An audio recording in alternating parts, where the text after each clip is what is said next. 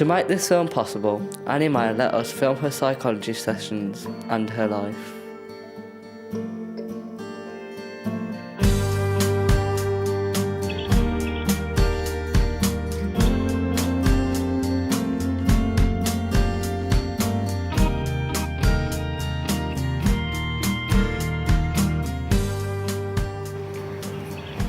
I'm Annie May and I'm 16 years old, and this is my story.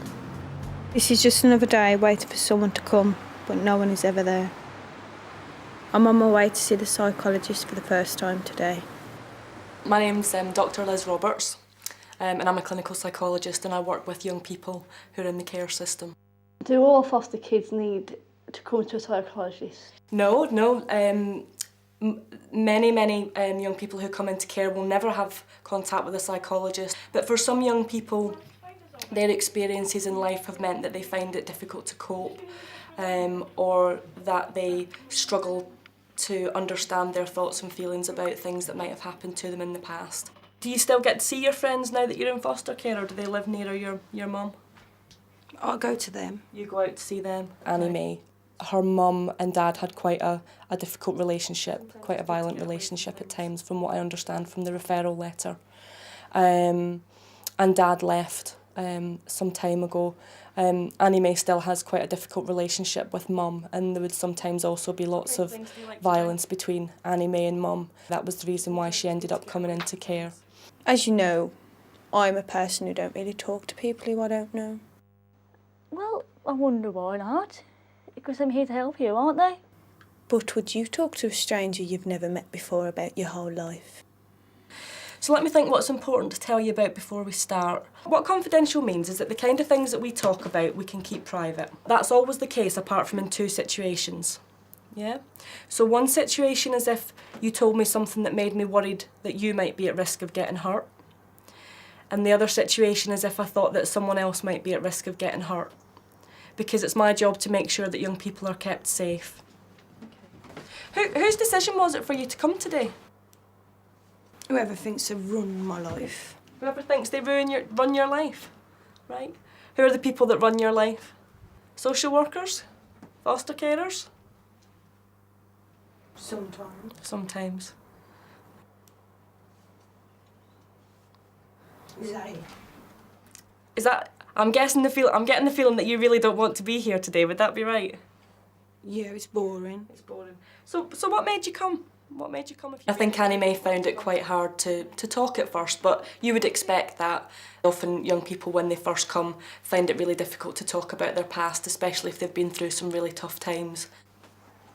Is it hard not living with mum anymore? Why do everyone's got to bring that up for, man? It's nothing to do with them. Right. So you're quite a private person, it seems like. You find it quite hard to talk to people about how you're feeling about things. Does he look like he? Gosh, you are making me work hard, aren't you, today? Because he's stupid, he's pathetic. Do you get a bit uptight when they don't open up at first? I don't think I get uptight. You know, I work with lots and lots of young people who feel quite anxious or quite nervous the first time they come and see a psychologist, and that's really understandable. And I think as long as you understand why it's hard for a young person, you certainly don't take it personally. So what's the next step you're going to make with Annie May? Well, I guess the next step is to invite Annie May to come back for another session. We always work very collaboratively with young people, deciding what their goals are, what it is that they want to get out of the sessions, and that'll be the next step with Annie May. So are you in foster care now then?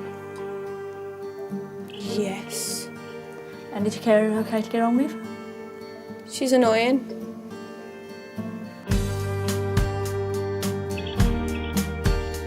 My name's Lisa and I'm a foster carer.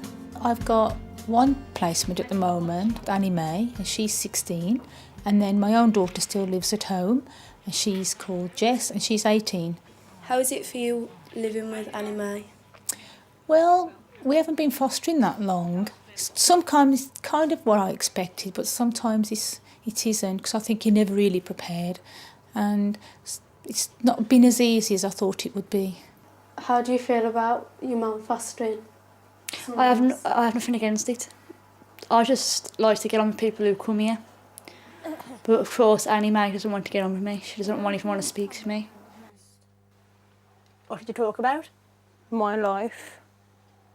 Do you want any help with any of your life? No, because it's my life. Well, I'm your big sister, I can help you. Why do you think I'm talking to a psychologist? Because I don't want your help. Jess is always trying her best to help me. I just want to be on my own for a bit. What's the matter? Annie Mae, do my head in. Do you want to stay down? Do you feel like sometimes your daughter feels excluded now that you've got a new foster daughter? We talked about this a lot before we started fostering, but you never really know the reality until you actually start doing it. Sometimes she does feel, maybe she feels pushed out even though she isn't, and that's something that we've got to work on together. If people care about me, then I'm fine, you know.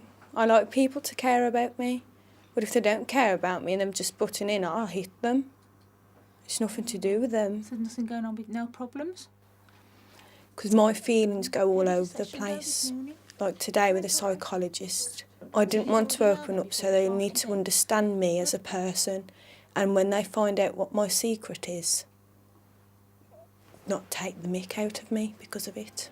Who do you trust most of all now? In the past, I've trusted my best friend.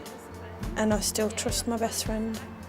And she's seen me through this difficult time about me, what my problem is. And she's seen me through it, and even though she doesn't know what it is because I haven't told her, she still's really understanding.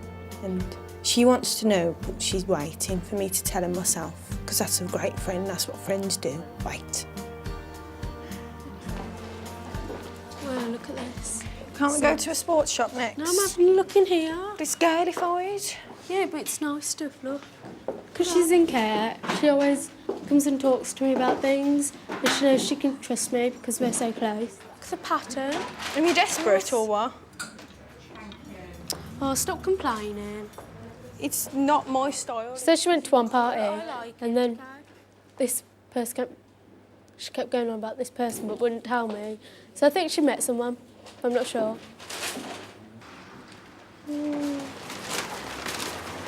Oh no. Who are they? Chloe and Leanne. From the party, I need to go, like now. She tells me everything normally, but she's not telling me anything about this person. I don't know why I started keeping things secret from my best friend. What you been up to then since last night? Quite good, wasn't it, Annie? Yeah, kind of. They know my secret.